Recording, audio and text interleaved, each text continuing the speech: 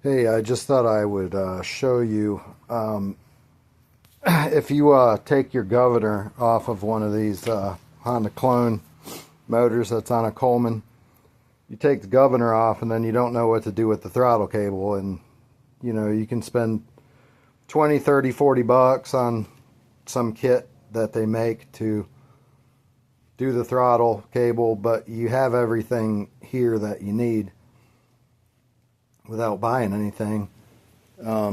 These usually have that piece on them right there, right?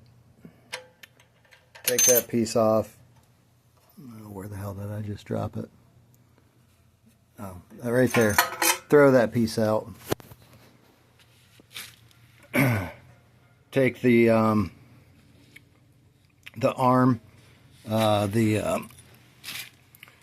that goes to this piece right here, the linkage. Measure it, gauge it to where you're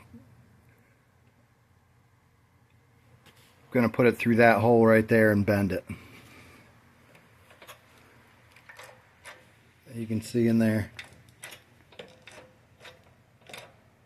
it's getting wide open for the throttle. It's closing all the way.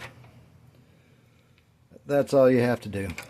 Just put it through that hole, run it down through there, bend it, done.